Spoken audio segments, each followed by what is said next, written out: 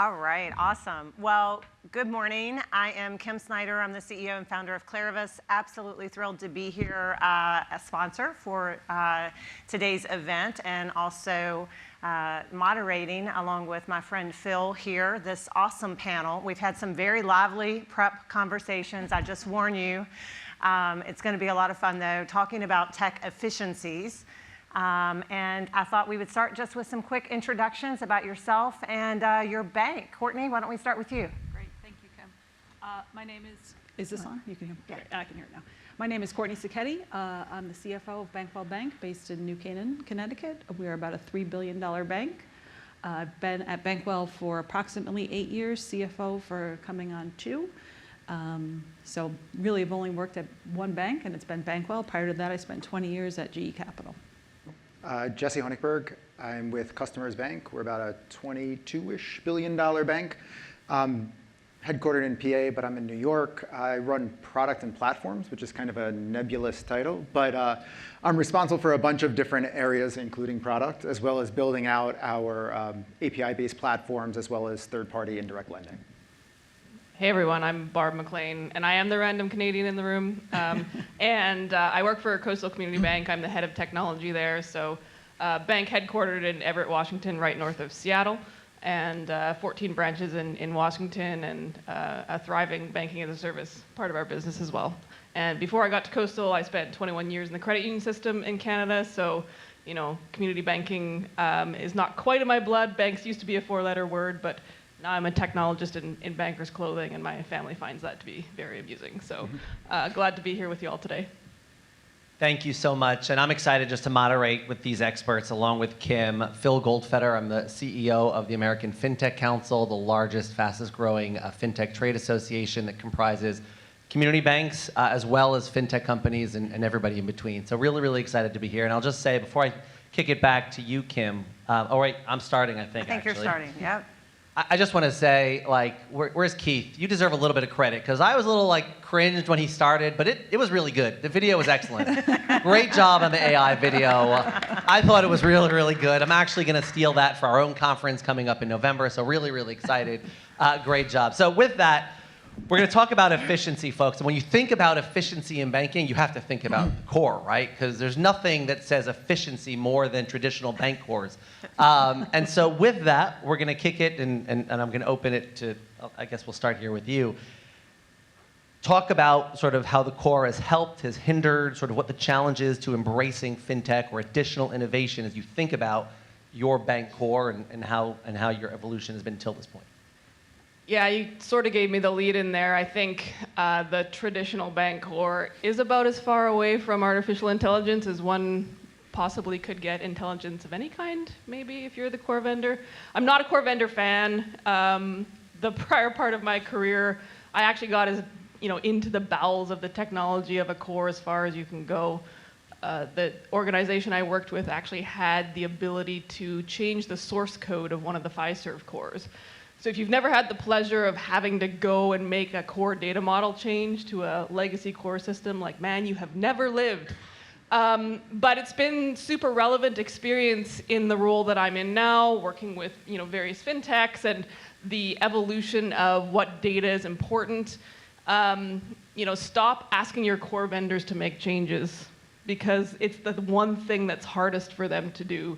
Was a big learning at Coastal, interacting with our fintechs, consistently telling them we needed more data. They would turn around and knock on FIS's door and ask that question, not knowing that actually we were asking them to ask for the hardest thing in the world. So I think to give them a bit of credit, the core is good at one thing. Think like a startup for a second. Your core is really good at one thing. It's good at maintaining a ledger of transactions and is probably good at calculating interest. And I think we probably need to flip the script on what we're thinking these cores and the core vendors can do for us. One of my colleagues at Coastal likes to talk about the fact that when you buy a core, you essentially become a franchisee of FIS or Fiserv, because then you tend to buy the rest of their stuff. And that would maybe be the one place that I would challenge us all to think different about these vendors. Start thinking about them, ironically, like a startup. Use them for the one thing they're good at, and stop using them for everything else.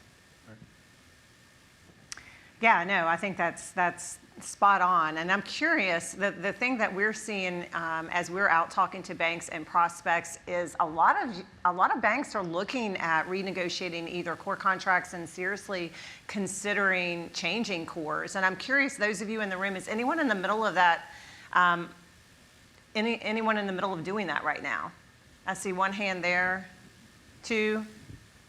So we have Three. two people who are brave enough to admit to it. Yeah, Anybody wants to and just can't? Does anybody want to and feels It's a safe constrained? space. I would say, is it a Yeah, safe space safe in space. here? You did 3 years ago, yeah. And so the thing that I love about what Barb is saying is you don't really have to change your core, right? All the cores do what you said really well. That's the one thing they do very well. So if you think about not going through that change and perhaps just looking at other vendors for digital, for data, for whatever the use case is that helps you drive your strategy, it's a different way of thinking, but I love it. And I think it'll be interesting to see if we continue to see that. Some friends of mine call it neutralizing the core, basically just kind of making them what they're good at. I don't know, Jesse? I think that's really what we're trying to do at customers right now. I think prior to my career, prior to my time at Customers, I spent a lot of time with Phil at Cross River and really got a good view of the tech that they built there. And before that, I was at Webster, Sterling for the majority of my career. And I think from the Sterling, Webster experience, you really do learn that we purchased Fiserv all in, best of suite, I think we called it. And the idea was, one throat to choke, right? And we wanted to make sure that we could make sure that we had accountability and relationships. And I think that I do appreciate when something goes wrong, the right people, it's good to know the right people and have a significant relationship to give them a call. At Cross River, I saw the power of what having your own tech could do, but they built their own core, which is not something for the lighthearted. And what we're trying to do is really what I call abstract the core. And so I try to challenge my team to think about where are we creating value or where are we consuming value. And so if it's somewhere where we're thinking we're going to be creating value for our customer, right, let's think about how we do that, how we drive innovation there, how we make investments there. If it's something that we think is more commodity or we're going to be a net consumer of value, let's get who's really good at that, but let them stay in their lane. And so how do we think about bringing the core in as the ledger to the point earlier? And then if we need a best-in-class payments platform, how do we do that? If we need an API surface, how do we do that? If we think about the world that I'm living in, I have IBS as my core, and you would never know it if you went and looked at my API surface. We've completely abstracted it away. We layer in our own KYC and transaction monitoring. We really felt like the core should be the system of record, which solves a lot of problems from a Sarbanes-Oxley perspective, because you really don't want to be doing financial transactions in a system that isn't necessarily been tested to that point.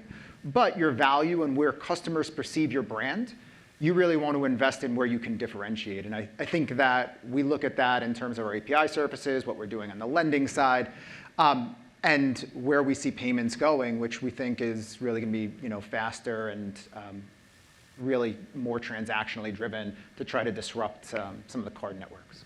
I'm totally curious, Courtney, because you said you're right at the beginning of that, I think, or near the beginning. As the CFO, you've got a unique seat into that. Yes. What are the things that worry you about it? So our contract is up in the beginning of 27. So we are at the very beginning. We have a good amount of time, but I think the approach that we're taking right now, or what we found as we've been trying to go down this technology path, that when we do find these other services or providers, that we are so beholden to our core that we can't strip away the pieces we no longer want from them. So we're trying to approach it from to try and decouple or just pick the things we need, what these certain providers are good at, right? So that core processing. And how do we decouple our contract and and say, these are the things a la carte that we need, and that, but now, we kind of signed onto this contract and then started on this journey. So we're in that pain point right now where we're potentially even doubling up on things that we can't get out of our contract on, but we know we need to invest to move forward. So that's really where we are. We're still looking at we're a $3 billion bank. We're not building our own core. So we're still looking at FIS, Fiserv, and those providers.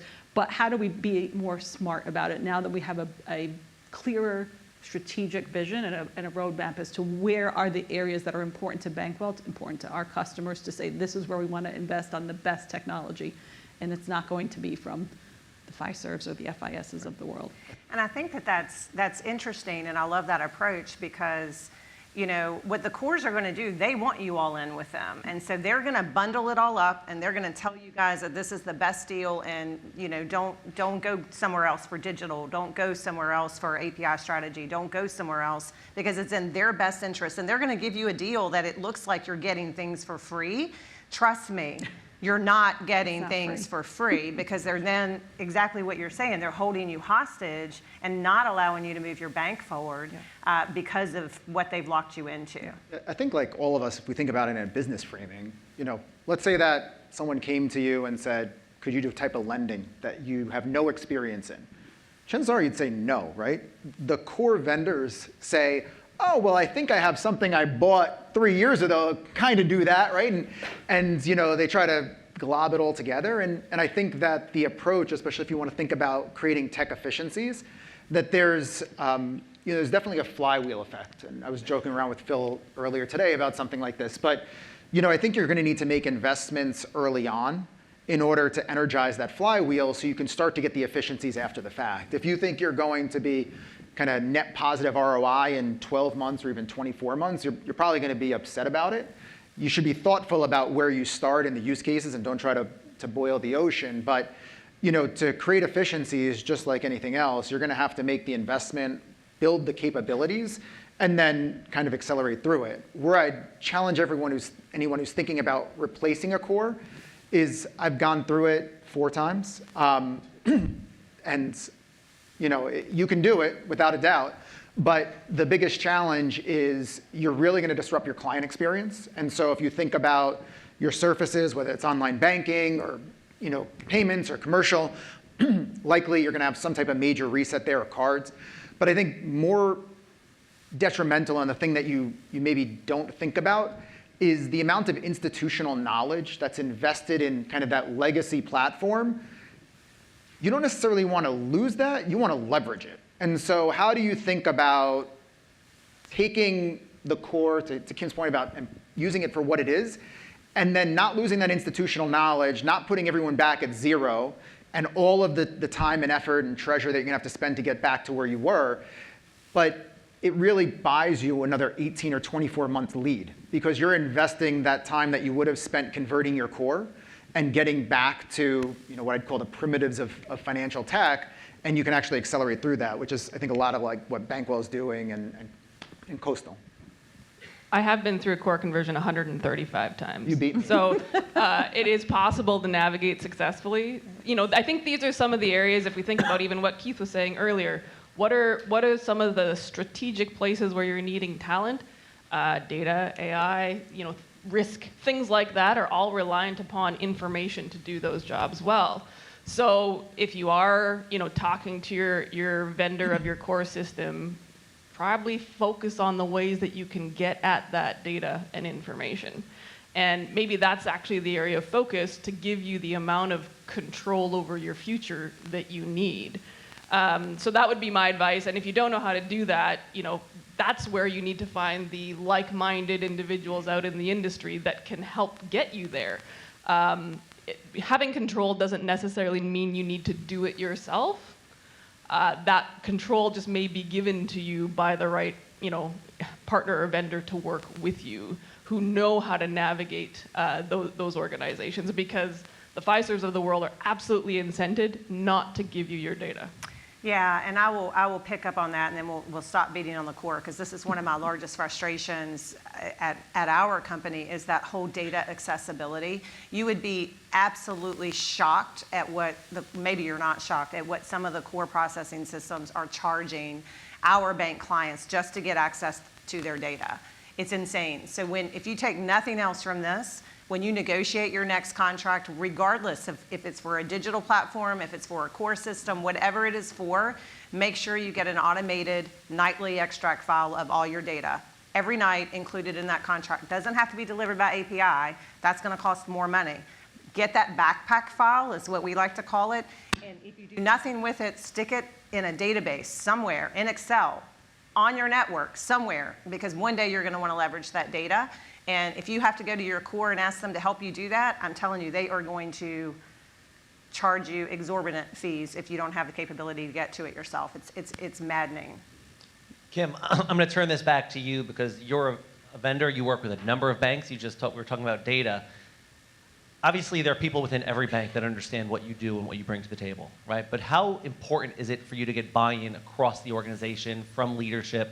How do you think about it from the vendor perspective? And then I'd love to kick it to Jesse or to Barb to talk through how do you think about it and how do you engage? Yeah, no, I appreciate that, Phil. So our solution has to be, we have to have the buy-in at the executive level. Because it changes the culture inside of the organization. It changes the way everybody inside of your bank actually relates to data, the way they see data, the way they make decisions off of data. And that's a big culture change, and that has to be baked in from the very top. And so, Jesse, you mentioned, executive sponsorship, and well, you didn't really mention executive sponsorship, but you mentioned the fact that you need to get invest today, and you may not get a return on that investment for 2 years, right? Well, if you're going to invest in something today that you're not going to get a return on in 2 years, you guys here in this room are going to have to be leading the charge there. It's really hard to do it from the ground up, I think. Courtney?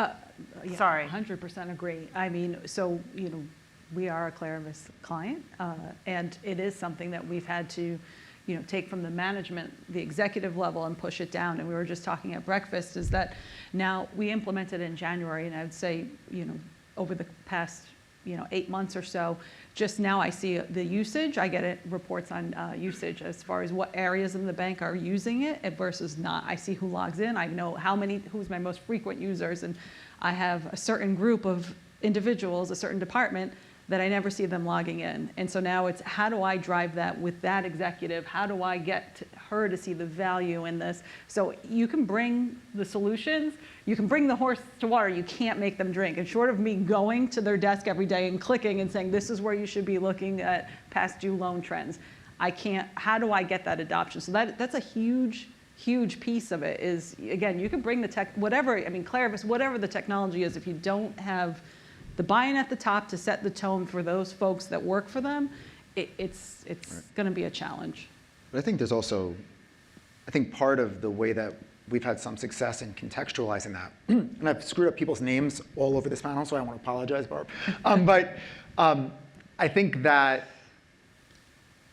one of the biggest areas is you need to have conviction. And so you look at the announcement from the FDIC, or the news that broke on Friday from the FDIC, that there's going to be some new rules on bank partnerships and the level of granularity that you need when you manage them, and that's very nebulous right now. I think that if you think about the investment in something like KlariVis, or the investment in something like subledgering, right? Either you'll prove remarkably, a great teller of the future. But chances are, getting the right tech and the right flexibility will allow you to solve problems that you don't yet know exist, but are on the horizon. And so, the investments that we've made at customers, will look really smart in hindsight, right? But they really were us just thinking about the problem, defining it, and us controlling the vision. And saying, all right, well, these are the things that we think are central to driving our enterprise value, or being able to solve a regulatory response, or whatever it is. And I think that data is at the heart of it. And then understanding, who's your consumer, and what are their potential needs, what are the challenges, what's the velocity, all of these things, and then saying, all right, well, how are we going to solve that today, and how does it prepare us for where we want to be tomorrow? And I think that there's one certainty, and that's that things are going to continue to change. And I think it's going to become harder and harder to do banking as a service, whatever embedded finance, whatever version we want to call it. And it's incumbent on us to think today about what that bar will be set 18 to 24 months from now and be making the investments to get there, because fewer and fewer banks are going to be able to do that. And I think a handful of us are building what we like to call a regulatory moat. And our ability to do these programs successfully we didn't wake up and snap our fingers to do it. We made investments months ago and years ago to be able to be where we are today. And I think thinking that same way around efficiencies, around your growth, around where you want to be, think about what your bank business looks like 24 months from now, and then what do you need to do to invest to be there? So of course the Canadian room has a hockey analogy for you all. So Is it going to be Wayne Gretzky? It actually isn't Wayne Gretzky. It was his father, Walter Gretzky, that said, Something about a puck going? skate to where the puck is going to be. Right. And that's exactly what you're talking about. And so it's super fun being the technologist in Banker's Clothing, because the answer of, can the technology do this, is always yes. So, you have to ensure that you do have the people inside your teams that understand the trade-offs that help get you there on a relatively straight path. But to tie it back to the conversation we all heard earlier, I think, one of your recruitment strategies needs to be finding people to embed inside of your teams. And it's not just the technology people. This needs to be this is a business problem to solve, not a technology problem. People that are uncomfortable with being uncomfortable. People that actually have no idea how you're going to get to where that future puck spot is, but they believe that they can get there as a team. Because honestly, the tools are available to get you there. Sure. And then they need to be able to creatively assemble those tools, Lego brick style, to build that path to get there. Even though you can't even see what the path is yet. Those are the people you need today to do exactly what Jesse is talking about. Forecast yourself out 2-3 years. What kind of organization do you need to be?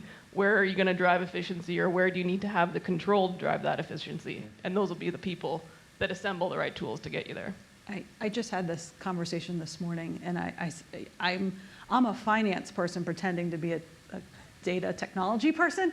So Bankwell, we've had a lot of transformation at the executive level, and also, with those transformations down below, the next level down, I fully believe Bankwell will achieve its strategic visions. I have no idea how we're actually going to do that, but we have the people at the bank that know this. But I'm here to support it. I'm here to make sure we don't spend too much money, but that we're spending the right amount of money. And I appreciate and understand it takes an investment to get that return, and that return is not something that's going to happen tomorrow.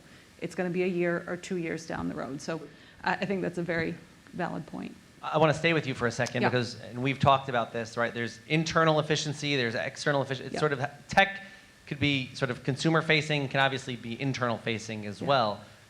As the CFO, you kind of provide unique insight. How do you ensure that you're using the right efficiency tech to make sure that the folks who are focusing on bringing in revenue have the opportunity and the ability to do that?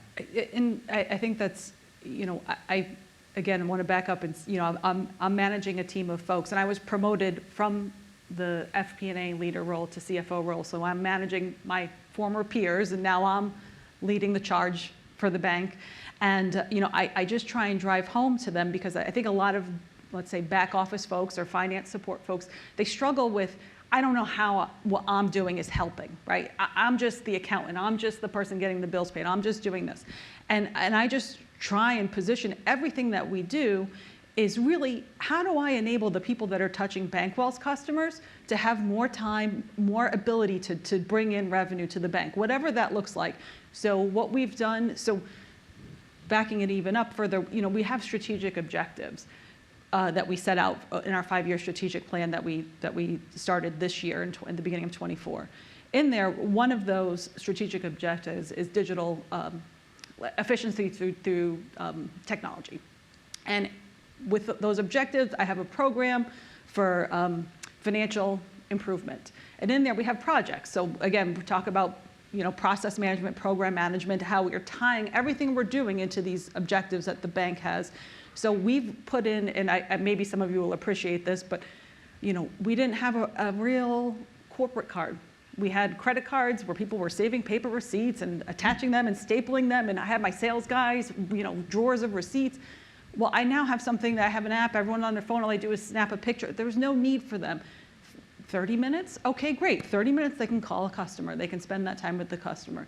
We've put in a new AP system. So again, we had the paper AP system that I had an AP clerk emailing out to approve this. Oh, is that in your approval? I'll tell you guys, I implemented a system called Tipalti. It's all automated. It's all the information's read. The invoices come in. They know my AP clerk doesn't have to enter in anything. It knows where to route everything through. It's automated approval. So if it's over someone's amount, it comes to me or whomever. So these are all these small things that I try every day, and it's a real struggle to tie into what the overall vision, what these little things are that they're doing in their day is helping the bank move forward. And I'm very, very frank, it is a struggle because folks have a hard time, especially in the back office, to see how what they're doing ties into the vision. So that's a big objective for us, is to really drive that home. And we've actually revamped our performance management system to better align your goals and objectives with the banks and compensate people in that manner. So it's an evolution, and that's been, I think, the hardest part for us at this point. The technology's there. Yeah. So how do you pick the technology? I'm going to make a radical statement because I know Jesse then disagrees with me, so then this will be fun. But I would say never run an RFP ever again, would be my advice. We're talking about efficiency. Quite possibly, in my view, the least efficient process we've all arrived on that is seemingly somehow a good idea. Spend gobs of time, accumulating every single possible requirement you could ever envision, because let's not make the wrong decision and have a thing that it shows up, in 18 months and says, oh, well, no, it can't do that. The life cycle of your technology and systems is going to be way shorter than we've, ever seen before. So by the time you get to the end of the RFP, probably the things you need aren't even the same as what was in that list anymore.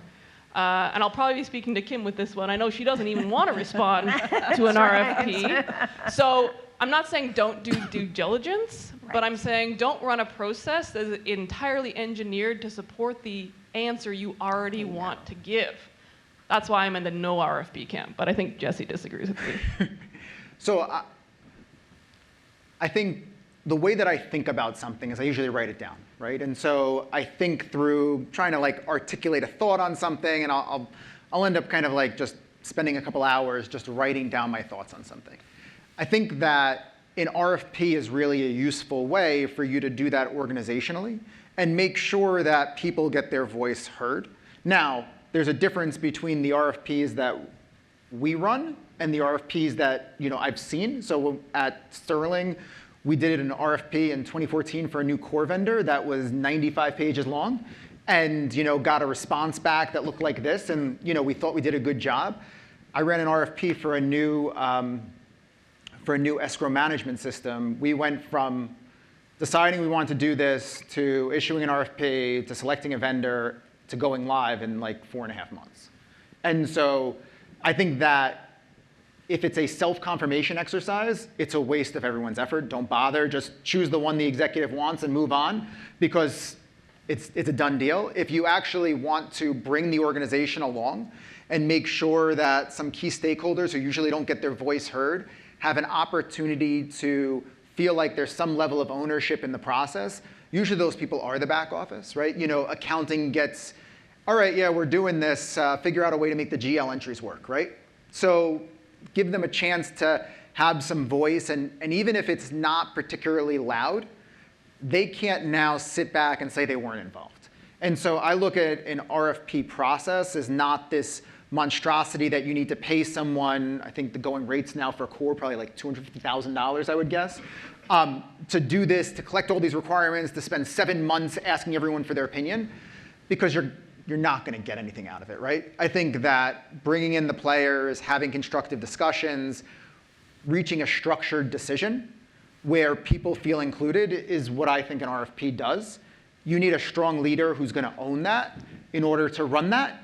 If you just hand it off to a PMO and say, oh, run an RFP for you, you're going to end up with that, right? With kind of a waste of everyone's time.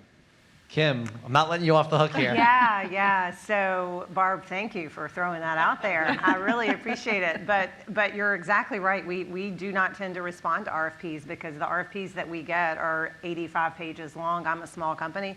I don't have the resources to spend on that. However, our buying process or our evaluation process that we do with our banks mirrors exactly what you just now said, Jesse. So it's, again, we sell to the C-suite, but we are very much encouraging our C-suite to bring in other players from the bank, and let's go through a true evaluation, because data is the most strategic asset, I believe, that you have in your organization.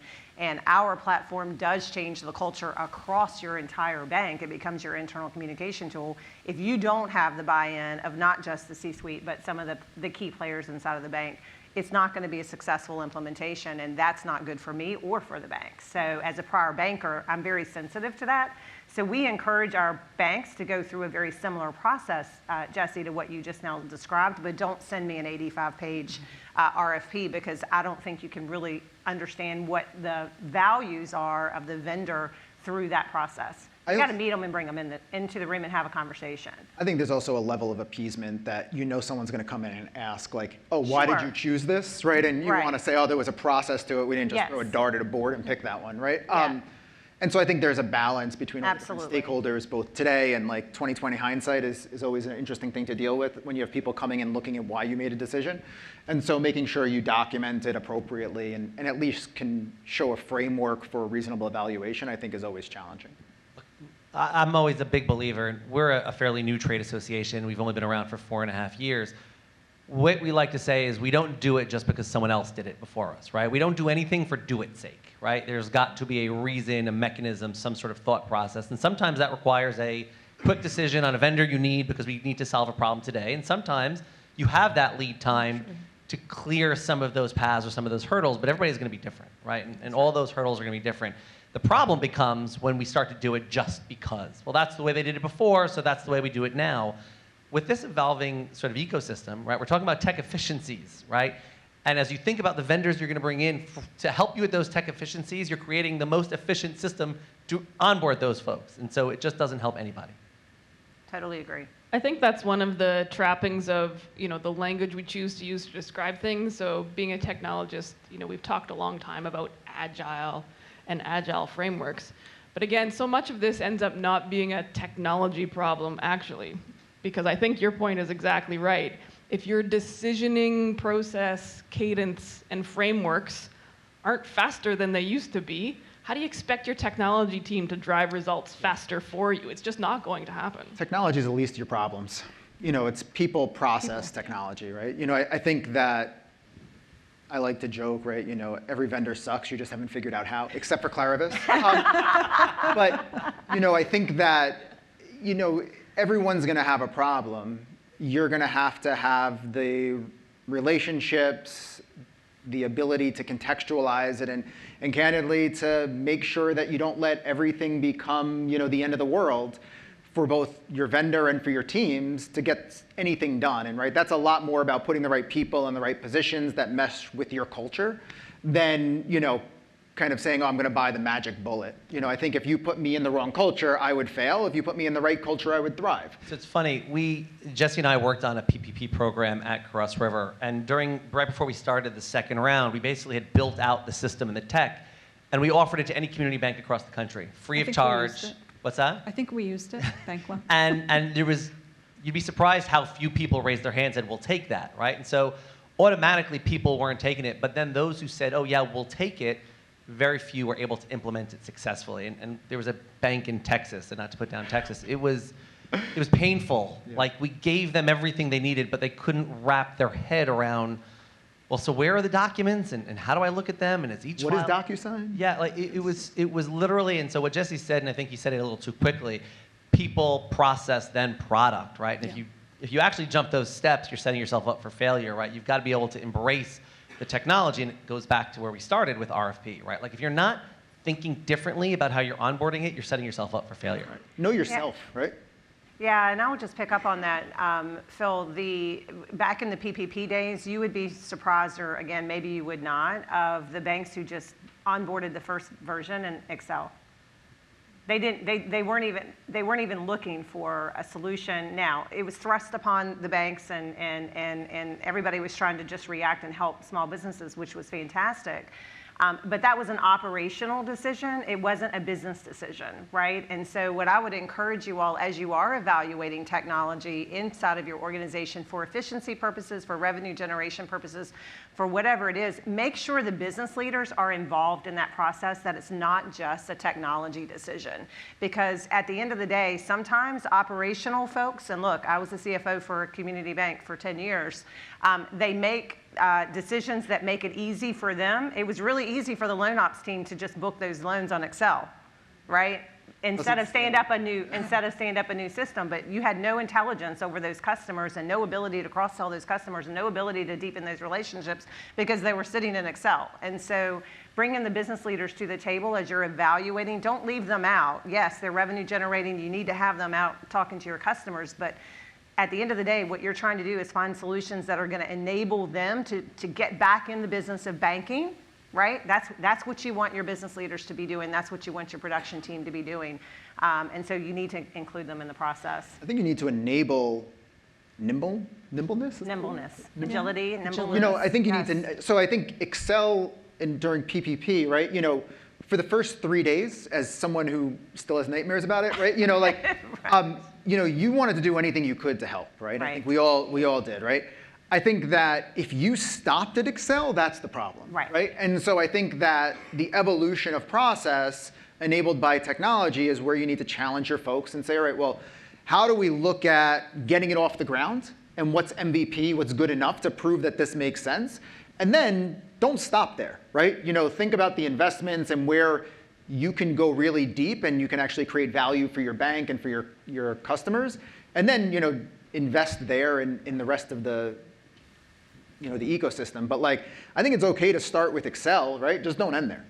Yeah, I think, you know, the two most dangerous tools that Microsoft ever foisted on the world were Outlook, email, and Excel. That but hurts. Don't forget That hurts. PowerPoint. PowerPoint's a whole different I need discussion. Excel. But I think your point's the exact right one. You know, here's another tidbit maybe to leave you with is think about the Excel like a technologist and a product team would. It's a low fidelity prototype for what probably works. And actually what you're trying to prove to yourself is the process by which you're going to drive this new thing. But do not leave it there. Don't leave it there. And my second follow-up to that is go spend some time shadowing your teams with the specific, you know, goal of figuring out where your inefficient traps are, because they all land in Excel, ultimately. I guarantee you that they do. Yes. Especially in finance. You either know that, who knows that that's No the thanks. case? Anyone brave enough to put their hand up to say they know that's the case? Okay, and the rest of you, that's your next goal when you go back to the office tomorrow is start booking some walkthroughs with your teams so they can show you how they're using tools, because that's the only one that they have been given, or it's the lowest common denominator across your teams. And to me, that would be a perfect candidate for what to do next to try and solve your tech efficiency problem is surface up these systems built in Excel, which are absolutely not systems, and figure out how to invest to do something about that. And they will tell you. Your team wants to be more productive. They will tell you if you ask the question the right way and you do those walkthroughs. We used to do that in our consulting business and process improvement engagements, and it was the leaders of the banks that we did those exercises for were just, their minds were blown when they saw some of the things that were happening that they just didn't realize. You know, I think that, I guess my last thought to leave you guys with is the framing of that exercise is incredibly important. Incredible. Right? So Phil and I joke about me running, right? And I probably run too much just as like a form of almost meditation for myself. But you know, the first time I ran, if I could run a mile in 10 minutes, I'd be thrilled, right? Now, after running for years, like that's easy, right? No problem. If someone's only tools they've been given are Excel or, you know, something in that vein, right? Don't expect them to know a solution that's outside of that scope. Don't expect them to understand what's possible. You're there to enable them to see the wider set of tools that may be available for them, but not to make them feel like crap for not knowing that. And so I really want to make sure that I leave you with that is the people that you have will probably be the easiest way to get where you're going, and then enable them to be great by surrounding them with more and better. But going in and saying, all right, how did you not know this? Well, if you never ask them to know it, unless they're an incredible self-starter, you're setting yourself up and them up for really a really kind of negative culture experience when it could be something really positive. You're helping them see opportunity versus telling them what they're not. Let me just, I'm sorry, and I want to get to AI quickly, but I'll just say it was 3 in the morning, and I got a call from our CEO that I got to prepare a report to deliver to the board tomorrow on the graphs around the PPP program. And literally, I hang up with Jesse at 2:30, and I'm going to go straight to building out these reports. But like 3:30, I'm sitting there with an Excel document trying to plug in numbers to build out graphs that I had never really done before.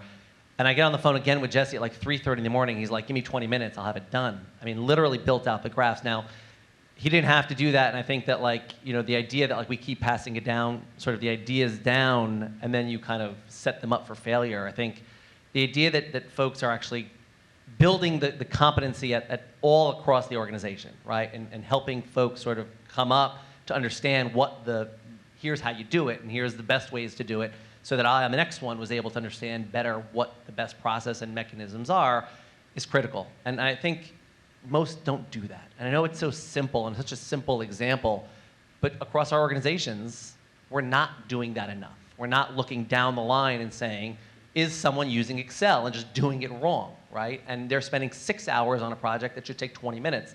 Likely would have been my task if not for Jesse stepping in. So I do want to say it was 3:30 in the morning, though, so I just wanted to. At Bankwell, one of our initiatives again is around customer experience.